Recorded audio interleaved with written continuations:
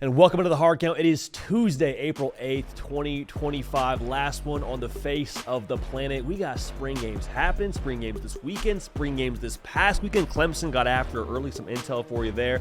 So glad to have y'all here, man, talking about the best sport that exists in this universe, college football, every single day. Make sure you're subscribed if you haven't yet, man. We are full go now. We treat spring college football season like the regular college football season, all right? So make sure you're dialed in here. Tell a friend to get subbed up if they're not already, all right? It's about all of us being together here, moving this thing forward. I promised you, man, some intel. We'll get to Clemson here in a second, but let's go back to Norman, Oklahoma. We checked in with them early on in the spring college football season, but as we're rounding the turn here during spring ball, Oklahoma, that offense has a different energy to it. And if you're an Oklahoma fan, you're like, gosh dang it, dude, I would hope it has a different energy to it. Stewart scored 21 points a game last year. That ain't going to cut it. That ain't the Sooner standard. If you haven't yet, go check out the Mic'd Up segment on the Oklahoma social page of Ben Arbuckle and John Mateer. Taking a lot from a little. That's spring football for you, but it just got a different, more confident vibe around it. Different level of energy and juice. And with the year that you had last year, everyone that was a part of that a season ago that's still there, I think that's what you need. Because honestly, when you get into a situation that you were in from last year to this year, I think you need a reason to believe. I think you need a little bit of extra confidence. And so having Ben Arbuckle running around and chirping people and bringing the energy, I think that's phenomenal. I think also the fact that what we said earlier on in a previous Intel segment, the fact that Ben Arbuckle is able to run around because you got a John Mateer able to keep the quarterbacks, all dialed in. John Kuziaski also come over from Wazoo, keeping the quarterbacks dialed in.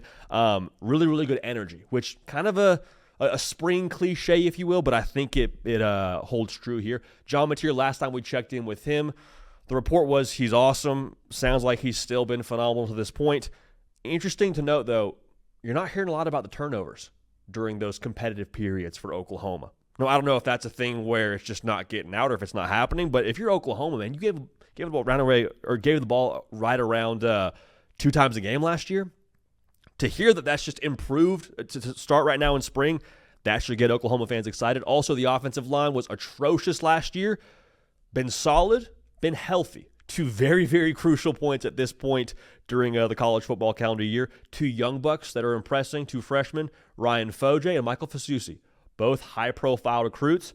From what I've been told, both are impressing and both have a chance to get some early burn. Now, will they start? That would be a massive feat under Bill Bedenbaugh, but all I'm saying is to hear good things around the offensive line, with an offensive line last year that gave up a sack rate of like 13%, 14%, one of the worst in the country. Obviously, they were dinged up there too. That's very, very good buzz out of Norman. Now, the wide receiver room, it's been strong. Giovanni Gibson, Deion Burks. There's a lot of good intel right now around what that group is doing. But I think the most important thing around both the wide receiver room and the offensive line, outside of them just being solid, they've been very cautious as a team this spring with how they handle injuries. Because I think Oklahoma fans, last year, this team was capable of doing a lot.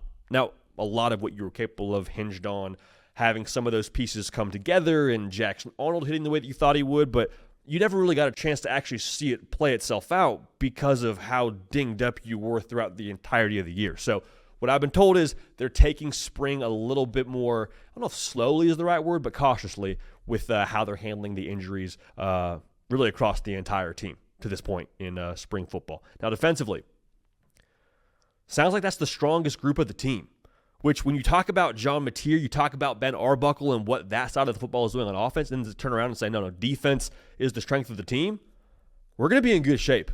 A guy who keeps coming up is Taylor Wine, who's an edge defender, his 3rd year now in the Brent Venables system. Don't know if he starts, but sounds like he's going to play quite a bit. 6'4", 270. When you've gone that long in a defensive coordinator system, obviously your head coach is your defensive coordinator here in Brent Venables, that usually bodes to building upon just the basic principles within a defense. You can get a little bit more nuance, do a little bit more. It's always a good thing in that defense. What I've been told around him is he's a little bit crazy. Crazy is usually a good thing for edge defenders. Now, you got to control it and put it in the right direction, but they're very excited about what he brings to the table. Kendall Daniels, transfer from Oklahoma State to Oklahoma. Pretty big transfer there between the rivalry. 6'5", 239. Sounds like he's going to start at Cheetah for you. Cheetah in this defense is absolutely a chess piece for Brent Venables. We talk a lot about his scheme and how complex he wants to be and be deceptive but also aggressive. That Cheetah position, they use in coverage, they use to bring pressure. So Kendall Daniels will be a huge variable for this team when they get into the fall, and they're really excited about what he brings to the table there from a size, athleticism, and all those things. Really good to hear that kind of intel around him so far through spring practice. Now, as spring practice is about to finish up in Norman, we all understand this now. The portal's about to open. About to see a whole lot of Steve Wiltfong and Pete Nakos on your timeline, so get locked in for that. The Jim Nagy effect is about to be felt in Norman. Now, to what degree, we'll see, but what I've been told is they are going to be a player in the transfer portal. Doesn't mean they're going to go get 15 guys, but some positions that you could see them target. Tight end, to get some more experience there. A running back from a proven Power 4 school, if that market becomes available, I think they'd be a player in that. Your cornerback room, you're talented there, but you're also a little bit young. And even the personnel that you feel good about that's not as young has had some injury issues, and a one Gentry Williams. So you're going to see how that whole market shakes itself out, but I would be surprised if we didn't see Oklahoma dip their toe in the cornerback market. And then kicker. It's funny talking about special teams in the transfer portal, but it's one of those things, man, you don't know how bad you need it until you don't have it. So they will be a player in the portal, and I said this before too about Jim Nagy. The fact that you got a guy that was interviewing for NFL jobs running your roster in Norman, that's a boss move. Okay, so anytime you're able to make a boss move when it comes to roster construction, that to me says Oklahoma is serious about putting their actions aligned with their goals. You can say, yeah, we want to win the SEC, we want to compete for national championships. Great. You doing anything to line up with that? No? Okay, then you don't actually want to get that done. Hiring Jim Nagy over the course of the next few years, next few portal cycles and recruiting cycles, you're going to see those dividends, I think, start to pay off. So to sum it up here, John Mateer, still a dog, not turning it over. Ben Arbuckle, great energy. You need that on offense. Healthy on the offensive line. Some young bucks they're excited about. Wide receiver room is, I think, going to get a chance to shine a lot more than it did a year ago with how dinged up they were. And then defense to set the tone, to be the strongest group on the team, per the intel we're getting. Very, very good signs in Norman so far. Schedule is brutal, but it's spring football. You got to win spring football to win the fall, and that's the way things are shaking out here right now in Norman. Now, Alabama. They got their spring game around the corner. They just had a scrimmage, though. Some really good intel over at Bama Online. Charlie Potter, Tim Watts, all the coverage over there. Go check it out. We're all wondering what's going on at the quarterback position. Ty Simpson, Keelan Russell, Austin Mack, all getting after it. But we got some intel out of the scrimmage as it pertains to a one Ty Simpson and how he's looking. More on that in a second. If you're watching right now via the full show, subscribe to the channel. College football, year-round. Nothing but college football. No additives, no preservatives, no high fructose corn syrup. Lock in here. It's Ball and Only Ball. We appreciate you being subscribed. If you're a Bama fan, want to see more Bama content, subscribe. Let us know. Best way to let us know is by being subscribed. All right, so Ty Simpson. Sounds like he killed the scrimmage, man. Now, again, it's an ongoing competition, which we'll get to, but sounds like he looked like a legitimate SEC starting quarterback, which is what you would hope for a guy like that for as long as he's been at Alabama. Had a nice deep ball to Jeremy Bernard.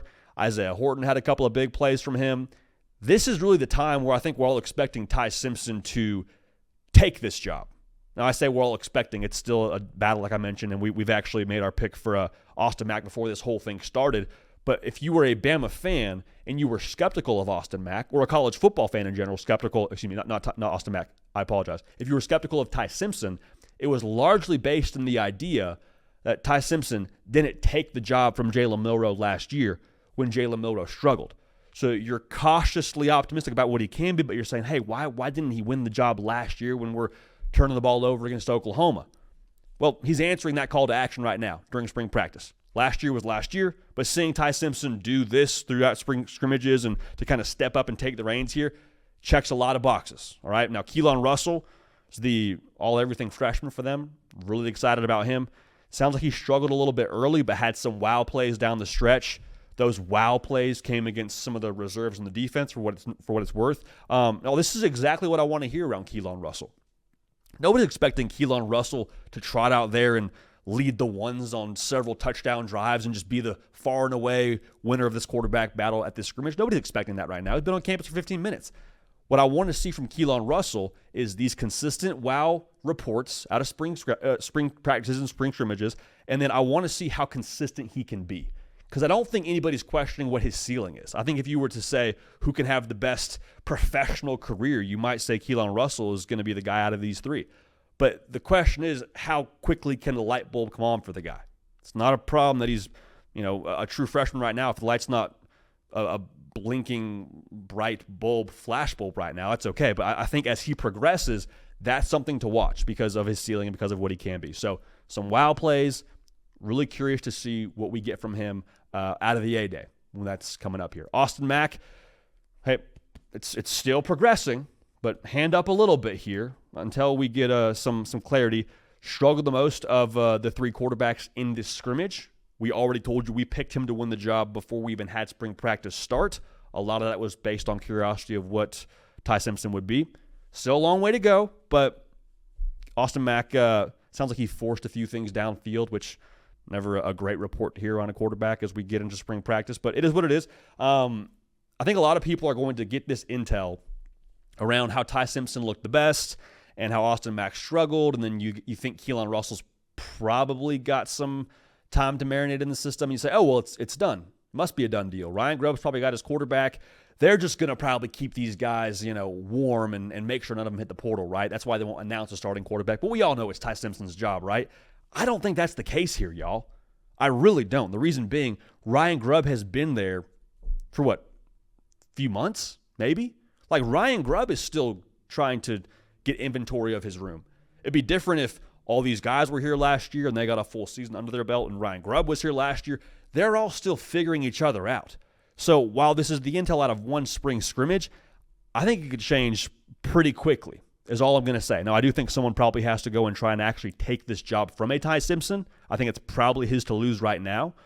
But with that being said, this is not something that you just go ahead and pencil it in. Oh, yeah, it's Ty Simpson's job. No, they're still going to have a legit battle, and I personally would expect this to go into and potentially even through fall camp. Just my 2 cents on this thing.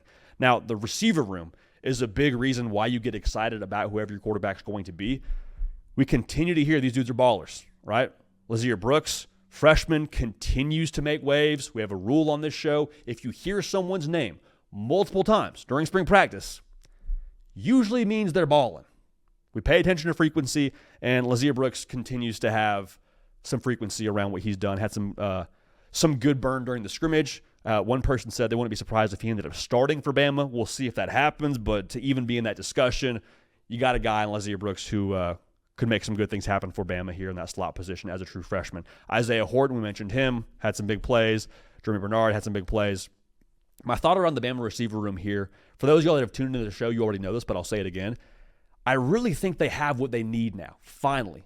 From last year to this year, they have what they need to go and actually run the Kalen DeBoer, Ryan Grubb offense. Because last year, Ryan Williams was your go-to guy. Jeremy Bernard very quietly had a great year. But outside of those two, there wasn't a lot of other weapons you were worried about if you had to play the Bama offense. And even if you were worried about more guys, there was no consistent threat at quarterback to deliver the football. Washington was so good because you literally had to pick your poison between Odunze, Polk, West over the tide. Like they had so many ways they could hurt you.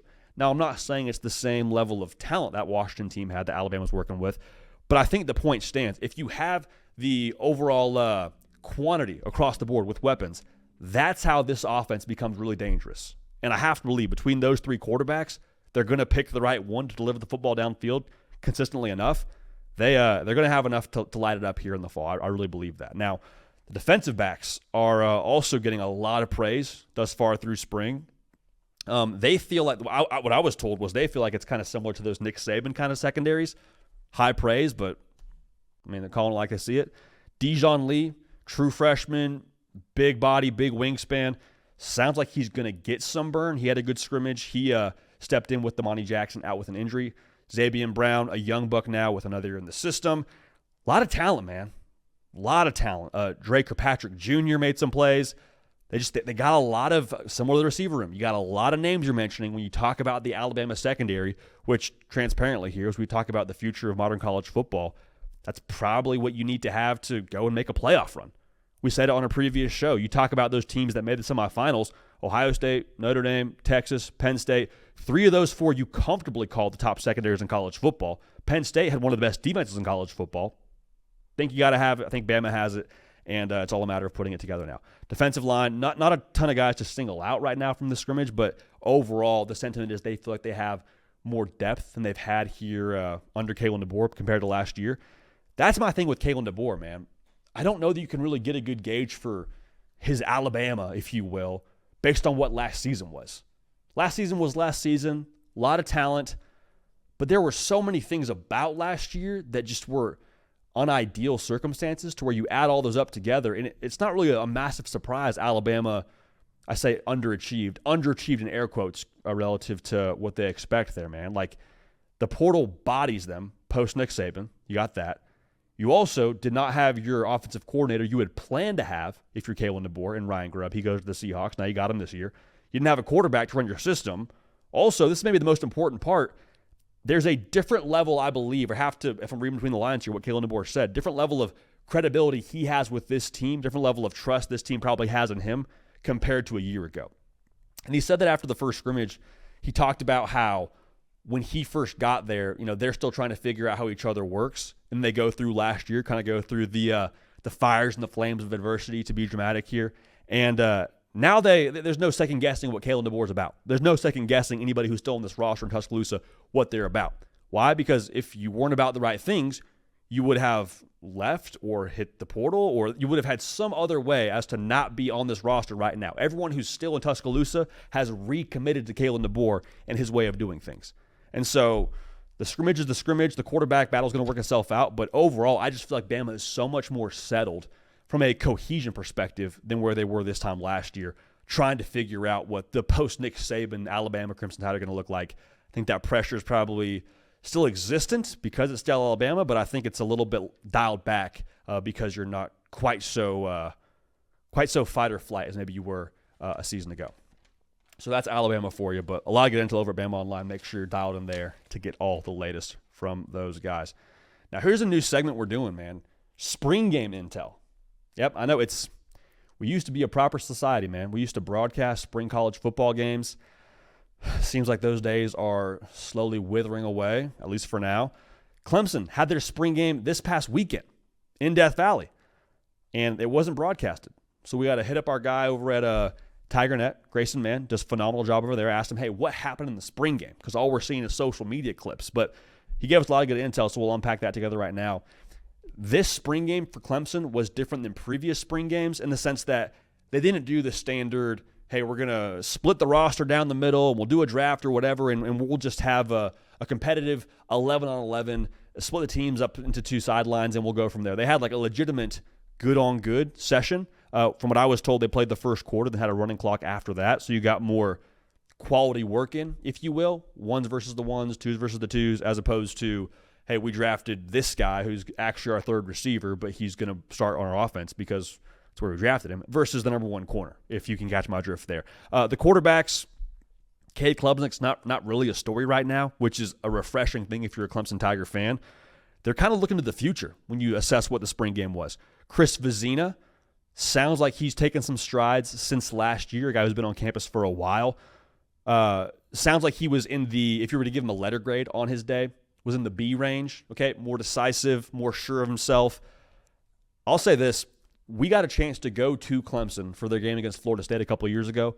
Florida State wins in overtime. The stadium clears out, whatever. We're on the field afterwards. Not a soul left in the building. Doing our hit. Giving our game recap. And out of the locker room comes Chris Vizina and a staffer. And Chris Vizina's out there just throwing some routes, man. Now, Chris Vizina didn't play, but that always stuck with me, man. The guy probably, at that point, it was a crushing loss for Clemson. Was a massively impactful loss for their postseason aspirations on that year. Chris Vizina takes it upon himself, throw it around a little bit, get some extra work. Just a little mental note there. So we'll see what he is here in the future, but I'm excited to watch what he is as he progresses. Sounds like it was a progress of sorts from what his spring game was. Chris Denson is a name that Clemson fans, if they follow recruiting, are familiar with. You flipped him from Coastal Carolina, and on 3 now, the only service that had him as a 4-star quarterback, he was really impressive in the spring game. I was told he had the best day of all the quarterbacks. Been there for 6 weeks, so take of that as you will. We'll be curious to watch those two guys duke it out here as we go forward in terms of who ends up being the quarterback of the future for Clemson. But obviously it's Cade Klubnik's show. Good to see some juice out of both the Chris's in the quarterback room for Clemson. Now, transfer portal wide receiver, Tristan Smith. Grayson and I were talking. He says, hey, this guy might be a dude. All right. I mean, big body, 6'5", 205, transfer from Southeast Missouri State. He had a long touchdown that made the socials for Clemson football.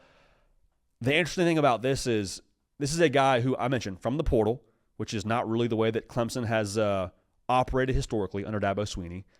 If Tristan Smith is just a home run via the transfer portal, that's a proof of concept. Does that at all have any impact on how Dabo chooses to approach the transfer portal in the future? I'm not saying I know for a fact, but that just remains to be seen. Now, Tristan Smith, of course, is going to go along with a TJ Moore and a Bryant Wesco, who you already know about in that room. Both those guys now wearing non-contact jerseys during the spring game. If you're a Clemson fan, okay, good. We're not going to have some report over on ESPN where TJ Moore goes down with an ankle injury. He's done, you're not hearing any of that, so that's good news. But if you get to wear the non-contact jersey as a true sophomore, you're a bit of a dude, right? They don't let you avoid getting hit during spring practice just because they don't want you to have your feelings hurt. No, you earn that non-contact jersey. So that should tell us a lot about what they are behind closed doors, at least for Clemson during spring practice. Braden Jacobs, 6'7", 320 pounds. Got some reps at left tackle, true freshman cat for Clemson. Now, he won some reps with T.J. Parker, who's going to be a first-round NFL draft pick here in the future on the defensive line. I'm not telling you Braden Jacobs is going to start, but to get some of that burn with the starting unit and to hold his own against a future NFL player should tell you a lot about what he's going to be here in the future. So that's very, very encouraging. In terms of the portal wish list for Clemson, cornerback is more than likely going to be a target, and then kind of a theme here across the spring intel, but they're also going to look on special teams. Maybe go after a punter. Like to be able to flip the field a little bit better if you're Clemson here in the future. But all in all, man, Clemson wrapping up spring. Weird to talk about intel from a spring game, but the world we're living in. Keep it locked right here. We'll give you all the intel we can as we move forward here with spring games, both broadcasted and not being broadcasted here as we move on throughout the beautiful thing that is the spring college football season. Now, one of the most beautiful things about spring college football, dude, we get the propaganda. And if you know us, man, you know we inhale, we enjoy, we love the spring propaganda, taking a lot from a little. It's on the socials, it's a video, whatever. We're breaking it down, we're analyzing it, we're having a good time doing so. So I want to start, though, before we get to the propaganda, breaking down something that Ryan Day said around his quarterback battle he has currently in-house between Julian Sayin and Lincoln Kienholz. Now, what he said was that it's essentially neck and neck, 50-50. We've said on this show we think Julian Sayin does eventually win the job. More on that in a second. But if you needed any alarm that this was going to be a quarterback battle, that Julian Sayin wasn't going to walk in there and take the job casually, Lincoln Kienholz putting us all on notice. All right, so it's a real battle. It will go, I believe, into August. And to hear that's the way it's going behind closed doors as well, only going to help the team in general moving forward here, trying to root out complacency, moving into repeat mode for the national title aspirations. But the spring propaganda, man, let's start with Julian Sayin to Carnell Tate, man. Check this out. Just back shoulder wizard, dude. Back shoulder magician. Also, Julian Sayin put in a perfect place. That's good coverage, dude. Jermaine Matthews is going to be an NFL corner. Seeing him put it far and away, it's not a bad rep by Jermaine Matthews. Carnell Tate makes a great catch. The spot is incredible. I love seeing that for a number of reasons. One, this is who Julian Sayin is as advertised to be. When he came out of high school, the report on him was, dude is super accurate with the football. Can hit a pin out of thin air, man. That's the accuracy he brings to the table here. Carnell Tate probably could have gone somewhere else should he have wanted to. There was all that buzz after the national title game of is Carnell Tate going to get tampered with and transfer? He's back in Columbus, making plays like that. You need this for Ohio State in 2025. Carnell Tate has got next. Carnell Tate, I promise you, could have been wide receiver one a lot of other places. The fact that he's back in Columbus, the fact that he's making plays like that, with Emeka Egbuka gone to the NFL to take some pressure off of Jeremiah Smith, I love everything about this. Julian Sayin, you want to win the job? You routinely make throws like that. That is what we call a buzz builder, right? Just ridiculous throw there from our guy, Shady Pharmacist Mode from Julian Sayin. Carnell Tate, looking like he's got next in that wide receiver room to go along with the Jeremiah Smith. Now, speaking of Jeremiah Smith, I mean, it must have just been back shoulder fade day for Ohio State because Lincoln Kienholz in this next clip delivering not quite as much of a back shoulder to Jeremiah Smith, but still, I mean, a dot nonetheless. Check this out. Lincoln Kienholz clearly understanding the assignment. If I want to start at Ohio State, I get the ball to number 4, dude. Again, poor Jermaine Matthews. I don't think he's having a bad day at the office. They just got some tough clips from my guy at the cubicle here. Also, Cato mentioned this, getting ready for this show. Check out the sleight of hand from Jeremiah Smith. Watch it one more time. Ball up top. Kids can't get it. I mean, Jeremiah Smith is 6'4", 225 or something like that on a trampoline going up and getting it. Puts the ball out. All right. Receiver tries to, or excuse me, defender comes across, tries to knock it down as he's showing it to the official. Jeremiah Smith takes it out of his line of, I guess, his paw, if you will, so he can't knock it away, and then throws the football at him. I mean, just baller stuff from Jeremiah Smith. But Lincoln Kienholz, like I said at the top of that whole clip, that's how you win the job, dude. You prove you can get the football to the best player on your roster consistently. We're going to trust you to run the offense. Now, is there more to it than that? Absolutely. But if you can verify that's going to be what you do for us at a high level, okay, we can work with this. Now, the propaganda within that is it's just good to see Jeremiah Smith doing Jeremiah Smith things. I think he's listed on the roster as 215. I said it already. We spoke to him in the national championship game. He's a legit 225 moving like that. So there's nothing fake about what you're seeing right there on your screen if you're watching via YouTube. So that's the propaganda. We enjoy it. We appreciate it. We inhale it. But let's go back to the quarterback discussion within this. Lincoln Kienholz making throws like that. Lincoln Kienholz being talked about with Ryan Day as a guy who's neck and neck with Julian Sain and consistently doing the right things. Student Appreciation Day was also this past weekend from Ohio State. If you don't know what that is, it's essentially they just let the student body come watch a full practice, like 2,000 plus in the Woody Hayes Athletic Center. And the intel from that is Lincoln Kienholz was the most consistent of those two quarterbacks between Sain and himself. Okay, so if you're telling me a dude that can legitimately windmill dunk playing quarterback for you in Kienholz, I'm not sacrificing a lot throwing the football downfield, okay, yeah, we can work with that. That's something that we can potentially implement into our offense if we're Brian Hartline. Also, with what you lose at running back, not saying anything of what C.J. Donaldson's going to be or what Bo Jackson's going to be or what James Peoples going to be, but if you need some extra juice in the run game, Lincoln Kienholz can do that for you. He can fix that. So I still believe now Julian Sain is going to eventually win the job because of what this timeline I believe is. I think it's going to go into mid-August. I think that ultimately the more talented quarterback in Sain will have the light bulb totally come on for him and have it click. But we were talking before the show, Cato and I were, it's a good thing for Ohio State to have this ramped up pressure around this quarterback room because what that does is it creates extra pressure across the roster to go ball for your guy. You don't want to be the guy dropping the pass for Lincoln Kienholz when he's trying to go win a job. You don't want to be the guy missing a block for Julian Sain when he's got a chance to go win the Ohio State quarterback job. Like it creates extra, I think, accountability across the roster and a spot for Ohio State where you got to go get it this year. You don't have the same ready-made roster to go win a national championship far and away. That's, I think, a really, really subtle added benefit for where this team is right now internally.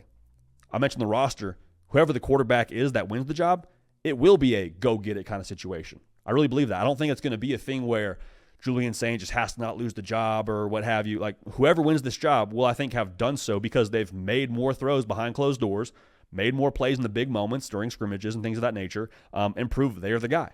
Because the roster in itself will require that. You don't have two backs in Henderson and Judkins. You don't have a as sure of a thing on the defensive line with Jack Sawyer and Tui Maloau. Now, it's still Ohio State, so don't get it twisted. There's still a top-tier roster in college football. But the point we're trying to make here is Ohio State's not trying to be just a Tier 1 roster and compete for a college football playoff berth. It is, can we be that extra 10% that gets us over the Georgias, Notre Dames, Alabamas, fill in the blank here, Oregons, whoever you want to talk about there. Does our quarterback give us that 10% difference? That's going to be the talking point for us here as we move forward. But some good propaganda. Good to see both guys throwing it around. We'll keep you posted on the intel. Ohio State fans, subscribe to the channel to get all your college football content here on the On3 YouTube channel. Now, some more propaganda here out of Coral Gables this time. First time going out to Coral Gables for the spring practice propaganda. Check it out, man. Malachi Toney, true freshman, still figuring out where class is. Freshman to freshman, Luke Nickel drop a dime. Now, it is a little bit concerning if you don't see a ton of defenders in the frame there for Malachi Toney in coverage, but it is what it is. This is what I want to see, though, man. Outside of tighter coverage, this is what I want to see. I want to see another young receiver stepping up for the Canes with the departure of a Xavier Restrepo and a Jacoby George and Isaiah Horton out to Bama via the portal. I want to see someone making plays, dude. And Malachi Toney, we had been making plays. You've also heard a lot about Josiah Trader and what he's going to be for them. But to have a young buck to go with Trader, this is what made Miami, for my money at least, as lethal as they were last year. Now, Cam Ward, I said before, he is 1, 2, and 3 as to why Miami was Miami last year. But right along with that was you were able to stretch the field at 9 yards a pass last year. Top 10 in college football. You were explosive. Cam Ward, as good as he was, would not have had the year he had, would not be in the discussion for the number 1 overall pick in the NFL draft if he didn't have some dudes to go make some plays for him. Malachi Toney, it's early on, but I love what we're hearing around him, love what we're seeing from him. Malachi Toney, to me, kind of a throwback receiver when you speak about Miami and what they've had at that position. Local kid, a lot of confidence, a lot of swag to himself. We talked about it before. My first introduction to him was him essentially talking his cash on national TV after catching his first ever touchdown in the high school uniform. I love the juice right there. Love the juice. I love what I'm seeing. That is really encouraging to me when we talk about Miami here in 2025. Because in 2025, no more Cam Ward. So what do you got to have? You got to have Carson Beck step up. And same thing we said about Cam Ward is true for Carson Beck. You can only expect as much from them as they have around them. So I get it's just one clip, but to me, seeing Toney stretch the field and have nobody around him, that makes me feel a lot better about the potential to maximize what Carson Beck brings to the table. I've said it before, I don't think it's a skill set thing for Carson Beck. I think last year he probably didn't have what he needed around him. Like there wasn't any game breakers at receiver. You led America in drops if you were Georgia. Your run game was non-existent. There was nothing complimentary about it to max out what Carson Beck was. Now, when he had dudes around him, Carson Beck was an all-SEC quarterback. So I don't trust the talent or have a distrust with the talent level. I think it was more situational. And the situation here at Miami, to me, is going to be in, I think, relatively decent shape now with Malachi Toney making plays like that to go along with the intel around a Josiah Trader and a Shannon Dawson offense. Like, you should do Goodwill Hunting numbers. So Luke Fickell, too. I said it before, but Luke Nickel. I said Luke Fickell. Luke Nickel dropping a dime there. Good to see the young freshman making some plays at quarterback as well for the Hurricanes. But just good spring propaganda, man. Really, really good spring propaganda there. We'll go to a second time now. Columbia, South Carolina. We went out to there for some spring propaganda around LaNorris Sellers doing a special teams drill. We'll address that in a second. But check this out here. LaNorris Sellers throwing to who else but his brother, Jaden Sellers, the freshman. Drop it on a dime over the DB. Nice little touch pass. Also, check out the pocket movement. We're not tucking and running. We're not getting out and just being an athlete. We're going to keep our eyes downfield. Little subtle 6-inch movement. Throw it to a spot. I love that, dude. A lot of people now are worried about LaNorris Sellers and what he can be as a passer. Y'all, if that's who LaNorris Sellers is, throwing the ball downfield, if you get that version of him consistently, I get it's one clip. It's spring propaganda. Roll with us here. If that's what you get, like, look out. Because there's no question about what God gave him physically. No question about him putting on the highlight reel and put you on his huddle when he breaks 18 tackles against Clemson or A&M or whoever it was. Like, he's got that to him. But people are wondering, can he be a passer? He can be a passer. He's proven it multiple times throughout his first year as the guy at South Carolina. But seeing that clip too, that gets me juiced. Gets me very, very juiced. We also mentioned the swag with him last time. We'll say it again. Dude was balling in rec specs. Then he went to contacts. I mean, the visor could be what unlocks the powers for him. I'll leave it at that. Yeah, you see it right here. You got the rec specs and the visor there. He goes full just visor now. I think that's a step in the right direction if I'm a LaNorris Sellers or a South Carolina fan. Definitely something I want to see there. Jaden Sellers, too, just to revisit that. Younger brother of LaNorris Sellers. There's already the chemistry there, but I think if you're a South Carolina fan, you're wondering, okay, we got Nicholas Harbor we think we feel good about, but who else is stepping up in the receiver room? A lot of buzz continues to circulate around this freshman receiver group, so think of that, whatever you want to think about that, but I like seeing the propaganda. That makes me feel really, really good. I want to revisit this, though. we broke down the propaganda around LaNorris Sellers doing the special teams drill, and people came at us on YouTube saying, hey, why are you chirping our guy LaNorris? Why are you making fun of what we're doing here at South Carolina, having our guy do a special teams drill? First of all, we own all the LaNorris Sellers stock in existence right now. We got LaNorris Sellers as like an All-American quarterback. I did my quarterback projection rankings. I got him as the number one quarterback in college football, dude. So we are very much so pro Gamecock, pro LaNorris Sellers on this show. Like, miss me with all that, dude. Do I think that was a funny drill to do? Absolutely. Is that hilarious that LaNorris Sellers is out here pushing back a 5'10", 170 DB into the back of the drill? 100%. But making fun? Chirping? I mean, give us a break with that. All right, so LaNorris Sellers, like to see the dime, like to see another receiver stepping up. All good vibes right now from Columbia to this point. Now, speaking of good vibes, we did a USC Intel segment last week, and the intel we got was Jacoby Lane just does something freaky every single practice. We did a propaganda segment where Jacoby Lane's out here grabbing a pass with like 2 fingers, 3 fingers, whatever it was. Looked like a old commercial for fantasy football. Pick me for your team. Jacoby Lane. He did it again, y'all. Did it again. Looks like it's like a half-line drill or a 7-on-7 drill. Can't really tell, but just check this out, dude.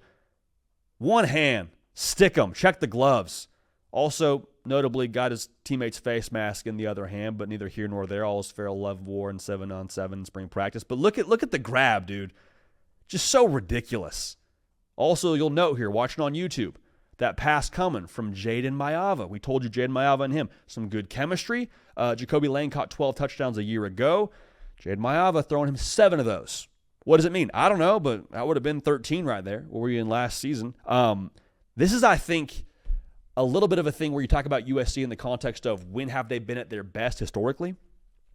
It doesn't mean everything, but to me, it's like USC just kind of has a type.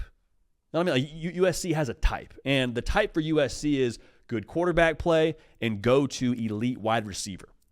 Ideally, there's other weapons around that wide receiver, but like you think about the great USC teams, Dwayne Jarrett for Pete Carroll, Mike Williams. I think Jacoby Lane goes along with that. Now, having a type doesn't mean you're set up for success 110%, but it does mean it checks one of the boxes from an optical perspective. So I love seeing Jacoby Lane do this. This gives me a lot of confidence in what he's going to be. I tell you what, too, if Jacoby Lane played at another school that was, in the SEC, I think we might have a little more buzz around him. I don't think a lot of people know actually how good he truly is. If you watched the game against A&M last year, you caught a vibe, but he's ridiculous. He's absolutely ridiculous doing stuff like this. I also think that when you talk about the Big Ten and what that conference is, isn't it sort of a non-negotiable? You got to have a dude to take the top off a defense, or got to have a dude that you can go to in crunch time? Like Oregon, Penn State, Ohio State, all 3 of those teams, what they have? Consistent passing game. Now, Penn State, you put the asterisk next to it, still had Tyler Warren. Now, the receiver group was the receiver group, but like you still had a bionicle in Tyler Warren to throw the football to.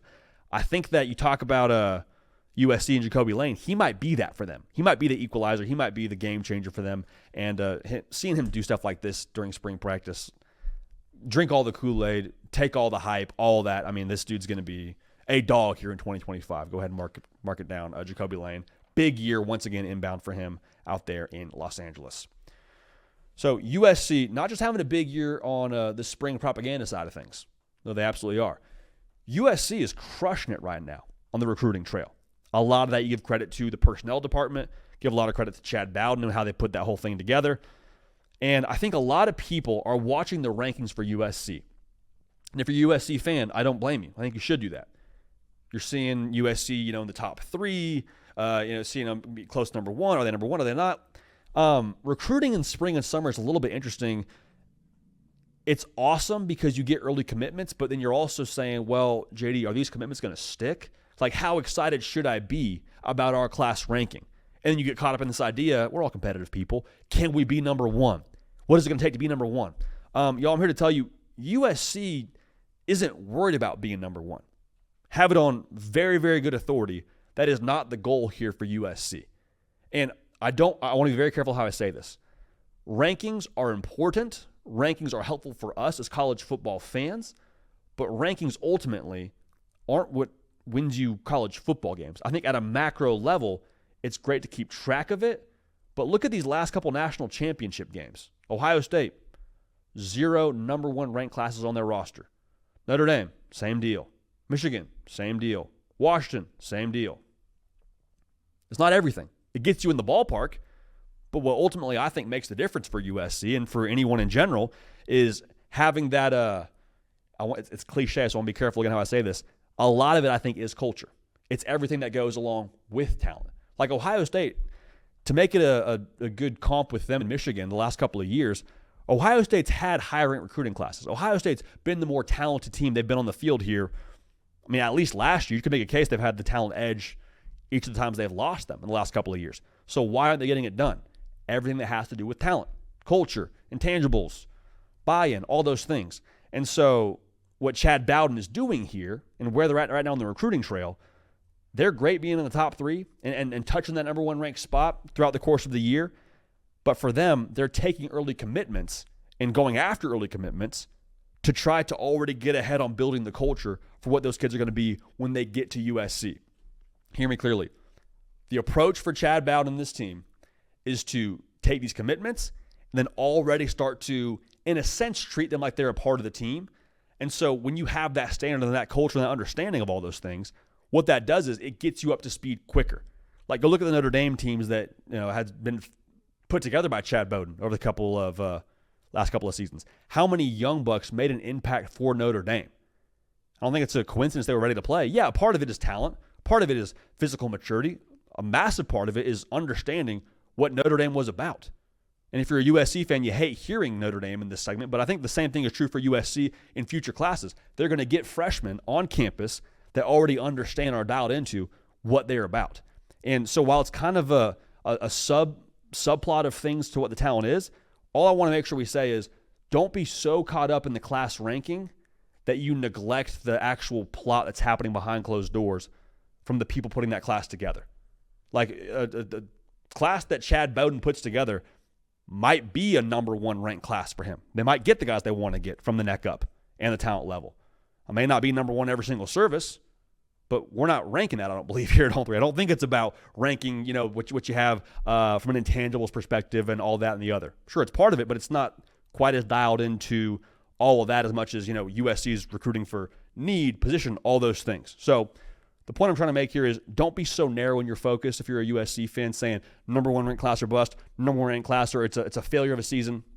That's not the approach here. It's not the approach for Chad Bowden, not the approach for USC. And again, I don't think that's actually going to be what you correlate to success if you're the USC Trojans here with how you grade yourself in the recruiting landscape here going forward in this new era under Lincoln Riley. So if you finish number 1, awesome. No way to slice that as a bad thing, but it's not the game we're playing here under Chad Bowden out there at USC.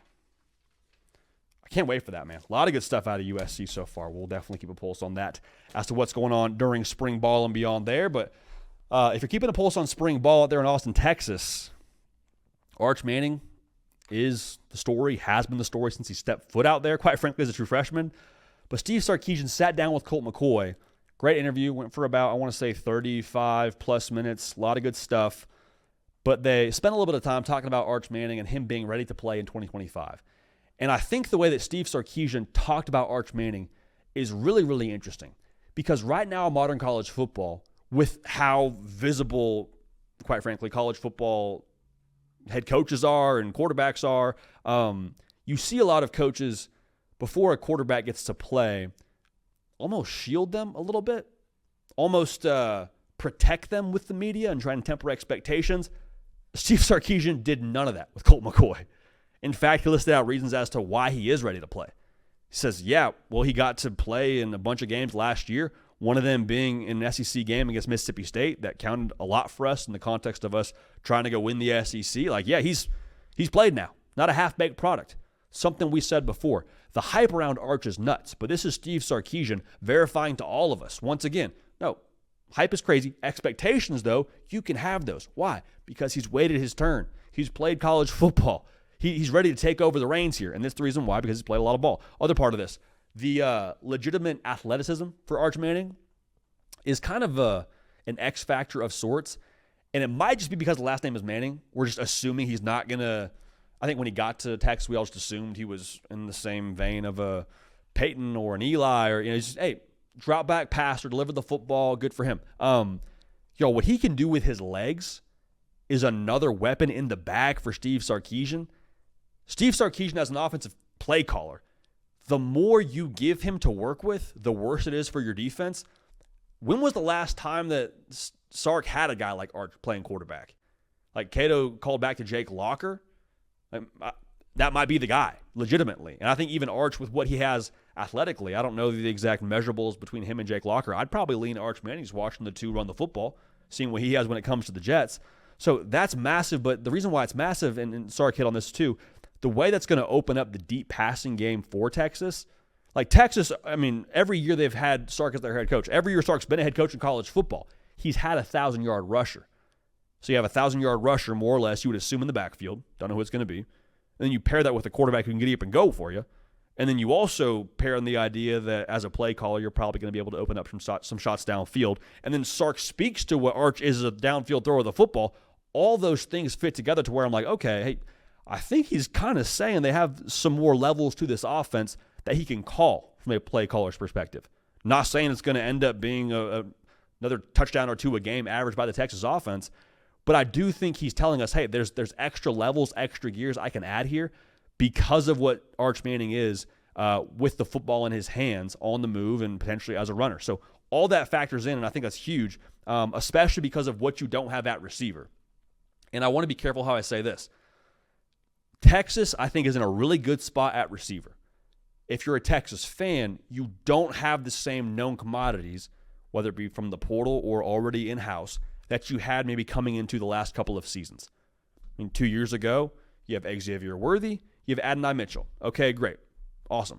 Going into last year, you have Isaiah Bond, you went and got Matthew Golden, who was great, you went and got Silas Bolden. Okay, it went how it went.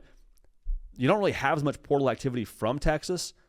Not to say they don't have the talent, but I do think now, if you have a quarterback that can force the defense to stack the box a little more, create more real estate downfield, that's a good thing. That's a very, very good thing to go with, again, one of the best offensive minds in the sport who's dialing it up for you. Now, the last thing that Sark said about Arch, which I think is interesting, he spoke to essentially the it factor that Arch Manning has. And I don't know that anybody was questioning that, but the way that he spoke to it, saying essentially it elevates the rest of the talent around him. People play better because they play with Arch Manning. Same thing I just said. You lose a lot of production on offense if you're Texas. Not saying that you can't still have top-tier production in 2025, but you do have a lot of new faces. And so to have a dude at quarterback that people believe in, that Sark believes in, that's going to elevate everyone else, it's a go-get-it kind of year for Texas, man. It really is. You made the semis the last couple of seasons. There's no dropping of expectations from a fan base level. And because of Arch at quarterback and because of the guys that have waited their turn to play for this offense, I don't think there's a dropping of expectations for them in that building either. So to hear that he's believed in, to hear that he's got that extra juice, again, if we were unsure about Arch Manning from a Texas side, we would be doing everything in our power to try and turn down the volume, protect the narrative, all those things. None of that's happening here from anyone in the public. It's not happening from Sark, who is as in the know as anyone else when it comes to Texas football. So Arch Manning, for all those reasons, had experience, athleticism, it factor. Texas football is going to be once again a force here in 2025, and Arch will be a massive part of it. Hype, unrealistic expectations, though, those are verifiable, and those are real based on what Steve Sarkisian is saying. Now, if you haven't yet given us a call, 629-888-3931 is the best place for you to leave a voicemail to us. A lot of y'all have done so. Got our first repeat caller here. My guy Zion, behind enemy lines in Columbus, Ohio. He's a Michigan fan. Wants to talk a little bit about the Michigan defense. Zion, what you got? Yo, what's going on, JD? It's your favorite Michigan fan here in Columbus, Ohio. And I know we talk about Michigan football a lot, but I just can't get enough. We always talk about Bryce Underwood and the Michigan offense and our changing our playbooks, things like that. What we really don't talk about is our Michigan defense. We got guys like TJ Guy, Rayshawn Bain, Shamari Earls, Nathan Usaboateng, Travis Moten, Trey Williams, Troy Bowles, Damon Payne. Like, the list goes on. We have a lot of guys, and we also have a lot of returning guys. So how good do we think Michigan's defense can be? Zion, appreciate you calling in, man. Again, last time you called, we called you Ryan. So, hey, hand up. It's on me. Saw me, but appreciate you calling back, man. If you're a Michigan fan and you want to see more Michigan content, subscribe to this channel. That lets us know that you want to see more Michigan content. So we see how many people subscribe to each video. So if you're subscribing, that helps us get you what you want to get. All right, so we appreciate you being dialed in. But Zion's right, man. 64% production is back from last year's defense. Now, worth noting, the production that's not back, a couple of guys that are probably going to be top 20 picks in the NFL draft, depending on how you feel about Will Johnson, maybe 3 first-round picks, Kenneth Grant, Mason Graham, Will Johnson. The Michigan defense, though, is really interesting. He compares them to how we talk about Bryce Underwood. Bryce Underwood in the Michigan offense is super exciting. But the drummer of the rock band that is the Michigan football team has been the Michigan defense. Set the tone, kept the rhythm, kept the identity of what Michigan football is. Like, they think that within this defense now, all those guys he just mentioned, they think they maybe have less first-round guys, less top 20, top 15 guys on this roster on that side of the football, but they think overall they might have more draft picks than what they had previously. And so we talk about how exciting the Michigan offense can be and all those things. You only get to talk about how exciting the Michigan offense can be and how good Michigan can be because you feel really good about your defense. And I think he's right. We don't give him probably enough credit. Like, there is continuity there with Wink Martindale. There is, I mentioned the production that's already back. This is what identifies Michigan overall here in 25. This is the roots. This is why you trust Michigan football, because you believe that any given Saturday, there's always the potential scenario that Michigan, the defense, just has a chokehold kind of day, and you might win 10-7. But that's a possibility because of who that Michigan defense has proven they can be and because of what you have on that roster and because of that talent. So I think ultimately now in the context of 2025, they feel better about playing Bryce Underwood because you have this Michigan defense. Like, Bryce Underwood's going to be a true freshman. He's one of the best true freshman skill sets, I should say. In recent history. 100 overall rating as a recruit. You don't just give those out. We actually never give him one of those out add-on 3, and he was the first one to get it. You might need the Michigan defense, though, to step it up early. You might need them to get him a little bit of a safety net at times. Hey, Bryce, a couple of things you didn't see there. You threw that pick. All good. Defense, get the ball back for you. Dry erase board. Just take away the mistakes. No worries. We got a defense that can hold it down for you. Feel free to make some mistakes here. Not feel free, but you have the allowance here to make some mistakes, and it doesn't sink our ship because of how good this defense can be. So that's why there's real cause for excitement, because if Bryce Underwood has the light bulb go on in college football in, call it October, and you have this defense that's able to play at the level that they're capable of playing at, and you have the Wink Martindale system executing at how expect to execute at, that's where they really get dangerous.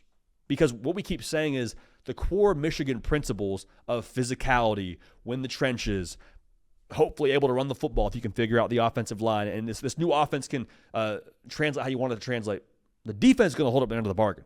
The defense is going to be able to keep you in every single game. But when Bryce Underwood becomes college football Bryce Underwood and not just high school 5-star Bryce Underwood, that's where they think, okay, with this schedule, with how we play against Ohio State, we should be a college football playoff team. I genuinely believe that's how they feel internally. Now, does it formulate that way? We'll see. But if anything, it won't be because on paper the defense doesn't have what they need. The continuity, the traits, the talent level, all those things. That's why you get excited if you're a Michigan fan about Bryce Underwood, because you have this piece on the defensive side to build upon to set the floor for you. So all that to say is, Zion, I appreciate you calling in. If you haven't left a voicemail yet, 629-888-3931. Now we'll send you out of here with this, man. We had a great opportunity to sit down with Penn State head coach James Franklin.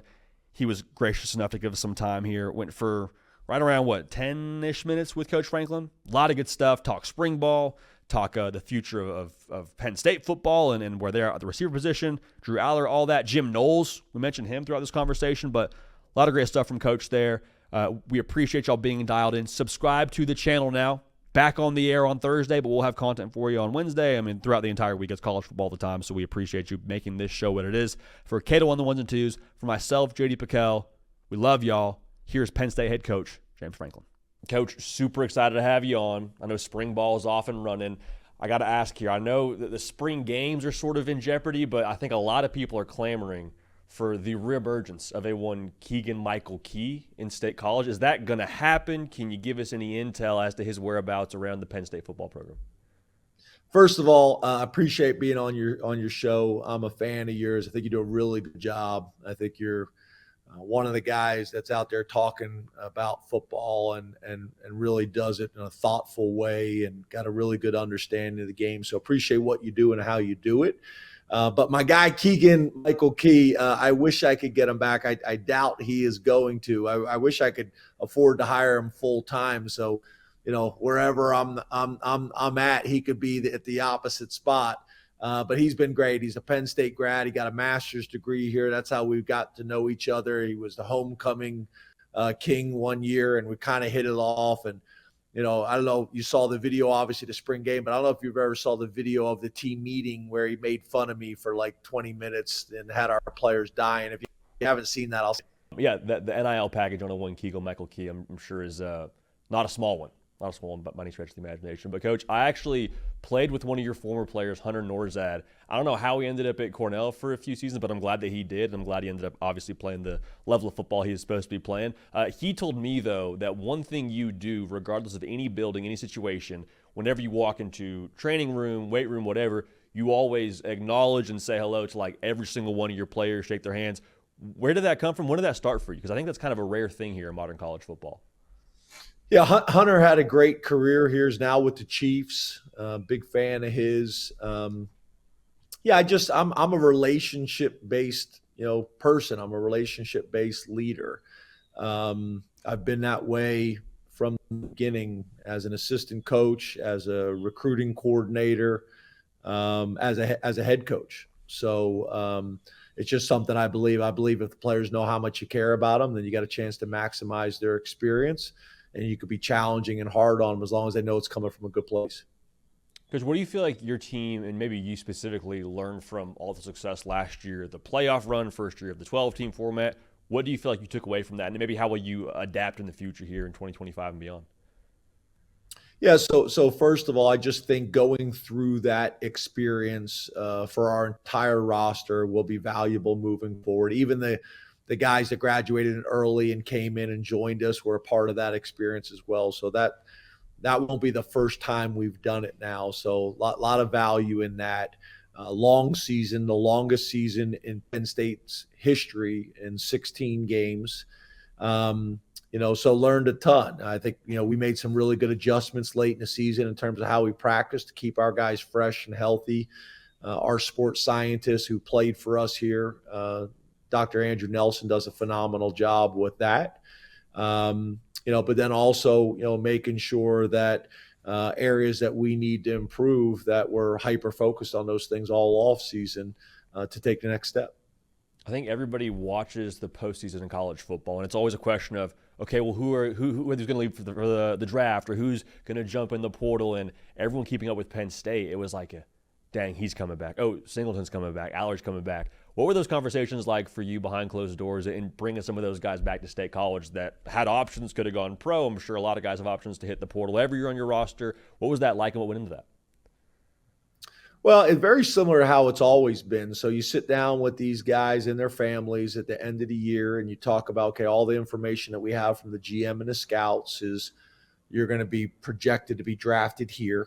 And based on that information, we'd recommend that you come back to school to increase your education and increase your draft stock and have a chance to win a bunch of games and win at the very highest level. Now, the information hasn't changed and the recommendation hasn't changed, but now obviously with NIL and some other things, you can make those recommendations a little bit more attractive.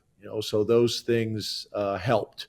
And I think in a lot of ways, that's a huge benefit of NIL, because I think in the past, guys would make decisions because they felt like they had to, and the data would say it probably wasn't the best decision.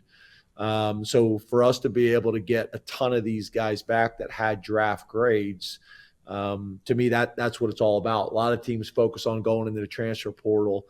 Our focus is on retaining our roster, and then any spots that we still need to fill, then we'll go to the transfer portal and do what we have to do. But we have not been a big transfer portal team, typically about 4 to 6 guys a year, and some schools are signing 46 a year. And where does that come from for you? Why is it a high school over portal approach for you? Is it, hey, we could just do this because we're Penn State and we take a higher degree of player anyway? Or how does that all work for you when you're putting together the roster? Well, I think you could easily make the argument just from a strictly business model. And you've heard people talk about this. The transfer portal is very attractive because you can go out and get proven commodities. And, in any business, you're trying to go out and get the 5-star recruit or sign the big deal, whatever business that you may be in. And those things are important. But what also is important is reducing risk. So when you can go to the transfer portal and get a proven commodity, that's valuable. I think the challenge is we've always been a developmental program and have done a pretty good job of doing that, recruiting high school players and then developing those guys. But I think the challenge is the transfer portal. A couple things. Number one, the proven players that have done it at a very, very high level, there's a huge price tag for those guys. That's one issue. The other issue is if you're trying to do it by the rules, you're not supposed to have contact with these guys before they go into the portal. So for us, the players that we'd be most attracted to getting, most of them have already made up their mind before they even go into the portal. Because we haven't had contact with them until they've done it. So, when the most attractive players have already made up their mind because they've had conversations with schools and coaches before they've even gone in, that makes it even harder. So, we're going to pick and choose our spots. A lot of times they're guys that we recruited out of high school on the front end, so we know a ton about them already, because that's the other challenge. How do you get to know a kid well enough in maybe a week or 2-week period of time to make sure you're bringing the right person into your locker room? Well, I mean, I've heard about the dairy on campus, and I think if I were a recruit and I got to try some, I'm just purely from what I've heard, trying that ice cream, the milkshakes, I think that'd probably be a pretty good selling point on top of the football. So, I mean, that's just neither here nor there, but I can't imagine that hurts with closing the deal. But you mentioned the transfer portal, a couple of additions at wide receiver. Obviously, something that it seems like y'all have targeted when it comes to trying to improve in 2025. What can you tell us about those additions you've had so far, a few practices in the spring? Yeah, we got to take some steps in the passing game and without sugarcoating it, specifically at wideout. Obviously, we had a ton of production with our 2 running backs over 1,000 yards, with a tight end, obviously Tyler Warren, who wins the Mackey Award and should be the first tight end taken off the board. So we need a little bit more production at the wide receiver position, specifically in the biggest games. So between the guys that we already have on our current roster that are developing and that we're excited about, being able to go into the transfer portal to get a little bit more, like we talked about, a little bit more proven experience at this level, that's valuable. One guy obviously played at USC and made a bunch of plays, had a huge play against LSU to open the season, a one-handed catch, and a bunch of production besides that. And then a young man from Troy. And for us, in the Iowa game, he had 3 touchdowns. We got a ton of respect for Iowa and what they do defensively. And Troy was on the road. They were up at halftime. He had 2 touchdowns receiving, and he had a punt return for a touchdown. So, those things felt like those guys could come in and compete and add to our wide receiver room and offer competition. We don't guarantee starting jobs. You got to come in and earn it. But those guys are going to help us, increase our competition in the wide receiver room. Yeah, Coach Drew Aller, if I'm him watching Kyron Hudson's highlight of that one-handed snag you mentioned, I'm like, okay, I can throw that guy the ball a little bit. We can make something happen offensively. What excites you about Drew Aller here going into another year in your system? Yeah, he's improved every single year. His high school recruiting process was kind of amazing. I think when we first started recruiting, he was a 3-star guy and then moved up to a 4-star guy and kind of did it the old school way, producing on high school film and going to a couple camps. And by the time it's all done, we'll have him ranked as the number 1 quarterback in the country, which it usually doesn't go like that in high school and college recruiting now. But he's done the same thing since he's been on campus. You know, he was our backup quarterback as a true freshman and got some significant time, and then starting quarterback the last 2 years, and has gotten better every single year in terms of touchdown to interception ratio, yards, explosive plays, completion percentage, obviously playing really well in big games. You know, I thought, you look at his Big Ten championship game, thought he did some special things in that game. So he's gotten better every single year. He's a guy that approaches it the right way. He's totally committed to being the best player he possibly can be. And he's a great human being. So he'll take another step this year, but obviously those pieces of the puzzle around him are going to be really important: the running back room, the tight end room, and the receivers. Coach, last question for you. We're on our last question, and haven't even mentioned the fact that y'all just casually went out and got the defensive coordinator for the defending national champs. How did Jim Knowles end up at Penn State? So a couple things. We were actually, going through the process, had talked to some NFL guys, had talked to some college guys, trying to find the right fit. We've been fortunate. Every defensive coordinator I've had since I've been here has had a top 10 defense. Bob Shoop, Manny Diaz, and then Tom Allen. So when this happened, it becomes a very attractive job to a lot of people, because I think there's some things that how the head coach structures practice, the emphasis, the culture, how we operate. All those defensive coordinators have done a great job for us, but there's also some things just culturally in how we operate, especially as an offensive head coach in my background. So that became very attractive to a lot of different people. And then after the national championship game happened, got a call and heard that he would, be interested in having a conversation. Had a conversation, and then it went pretty fast. It also helps that he's from Philadelphia. Went to St. Joe's Prep, one of the better programs in the country, and specifically in the state of Pennsylvania. He had come out here and visited when he was at Duke as the defensive coordinator and spent some time with us, and we've stayed in touch since. So for whatever reason, the stars aligned, and it made sense. What wasn't great is that Ohio State's trying to retain him. Penn State needs a defensive coordinator. Notre Dame needs a defense coordinator, and Oklahoma needs a defense coordinator, all at the same time. Oh, and Clemson. So, and he's the best one available. So obviously that made it a little bit more challenging, than maybe we planned. But hey, ultimately he has to make a decision. He had a lot of options. Picks Penn State. Kind of seems like a theme here. People with options decide to end up in State College. Coach, we appreciate you with all your options on shows to jump on right now, taking some time with us. Best of luck the rest of the spring, and excited to watch y'all get after it here in the fall. Thanks, JD. And I also want to invite you and your show to come out to Penn State. We'd love to have you come out here, spend some time with us, maybe during spring ball or during training camp. Do your show from here, set up, do a ton of interviews with my staff and my people. Again, got a ton of respect for what you do and how you do it. So come out to Happy Valley. We'd love to have you. Done deal, Coach. Appreciate that so much. We'll be there. Thanks so much, Coach. Thanks, guys.